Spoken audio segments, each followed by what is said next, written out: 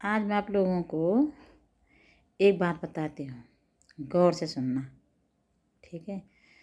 और ये बात पक्की है कि आप लोगों को समझ में पक्का आएगी। बात ये है कि हमारे गढ़वाल में सबसे पहले तो कभी दहेज के बारे में हमने सुना नहीं, मतलब दहेज होता था ना।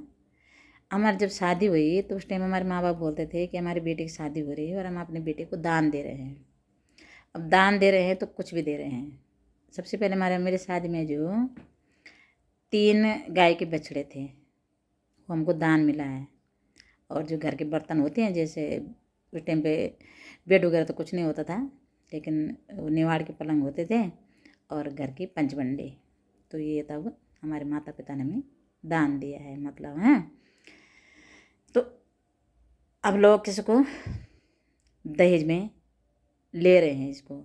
अच्छा, जबकि ये दहेज पहले प्लेन समय होता था, हमारे पहाड़ में दहेज वगैरह कुछ नहीं होता था। और इस दहेज के नाम से कई घर बर्बाद भी हो गए हैं, जबकि इसे शगुन माना जाना चाहिए। अपनी बेटी को दे रहा तो शगुन के साथ दे रहा है। लेकिन आजकल एक रिवाज और खुल गया है। और रिवाज ये है, पहला रिवाज ये है कि अगर समझो तो इस युग में दहेज बेटे वाले ज़्यादा ले रहे हैं, लेकिन उनका तरीका अलग है। अब समझो मेरी बात को कि बेटी वाले दहेज इसलिए ज़्यादा ले रहे हैं कि बेटी वालों को जवाई ये तो सरकारी नौकरी वाला चाहिए, और या फिर अच्छा खासा बिजनेस वाला, है ना। अच्छा, और अपनी बेटी के साथ वो अगर 4 फर्नीचर अपनी बेटी को देते हैं तो पीछे से उसको दहेज भी बना देते हैं कि हमने अपनी बेटी को दहेज दिया है ना।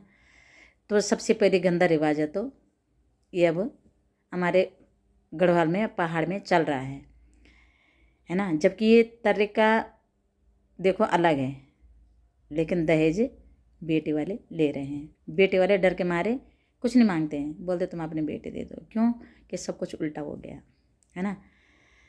अब दूसरी बात समझो आप। दूसरी बात ये है कि जब हमारी शादी होती थी तो हमारे यहाँ एक रिवाज है शगुन, कि जब बहू अपने ससुराल जाएगी तो सासू के साथ सासू भेंट होगी। और सासू भेंट में अपने सास के लिए दुल्हन कुछ भी ले जाती जो उनकी श्रद्धा भक्ति होती, मतलब ना, चाहे एक साड़ी ले जाती, चाहे कुछ गहना ले जाती बना के। तो ये हमारे टाइम पे भी रिवाज था, मतलब है ना। लेकिन आजकल एक रिवाज अभी और खुल गया है कि लड़का भी सासू भेंट करेगा। और जब वो ससुराल जाएगा, जिस दिन मतलब बारात जाएगी, उस दिन उसके ससुराल में जितने भी सास है वो सबको एक एक साड़ी पहनाएगा, मतलब सॉरी पहनाएगा नहीं, मतलब देगा, वो देगा, क्या बोलते हैं उसको, शगुन देगा मतलब। अब देखो कितना बदल गया ना, सब कुछ कितना बदल गया है ना। हमारे टाइम पे ऐसा था कि जैसे मानो पिताजी अपने बेटे के ससुराल जाता है तो वो उस घर का पानी भी नहीं पीता था, लेकिन खाना खाते हैं या पानी पीते हैं, चाय पीते हैं, एक दिन एक रात रहते हैं, क्योंकि दूर का सफ़र होता था। तो सुबह जब पिताजी अपने बेटे के ससुराल से अपने घर के लिए लौटते थे तो वो अपने बेटे के हाथ पे जितना भी उनकी श्रद्धा भक्ति होती वो पैसा रख देते थे, 10 रुपया 20 रुपया इतना ही होता था हमारे ज़माने में, ताकि मैंने तुम्हारे घर में जो खाना खाया है, पानी पिया है, चाय पी है, इसका तुम्हें मूल्य चुका दिया।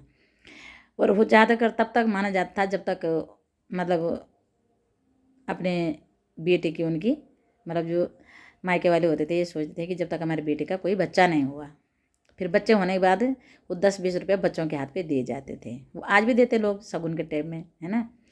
तो देखो एक ज़माना होता कितना अच्छा था या कैसा था मुझे नहीं पता, वो आप लोग देख लेना। और एक ज़माना आज है कि कहाँ से कहाँ पहुँच गए, है ना। तो ऐसे ही वक्त तो बदलता रहेगा, है ना। बाकी सबको जय माता दी और प्रणाम।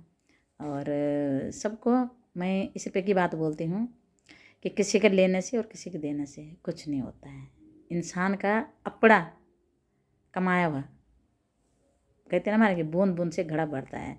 अपने आप अगर तुम थोड़ा भी कमा रहे हो ना तो उसमें बरकत होती है, और कोई तुम्हें अगर करोड़ों में दे रहा तो उसमें कोई बरकत नहीं होती। इसलिए प्रेम दोनों तरफ बराबर होना चाहिए और इज्जत भी दोनों तरफ बराबर होना चाहिए, लड़का हो चाहे लड़की हो। संस्कार, ये बात सच्ची है कि सब में होना चाहिए, क्योंकि बेटे को भी संस्कारों में पालो और बेटे को भी संस्कारों में पालो, नहीं तो बने बने घर लोगों के खराब हो रहे हैं, है ना। तो ये सच्चाई है कि लेन देने से कुछ नहीं होता है। 4 दिन का जीवन है, खुशी खुशी जियो और जय माता दी।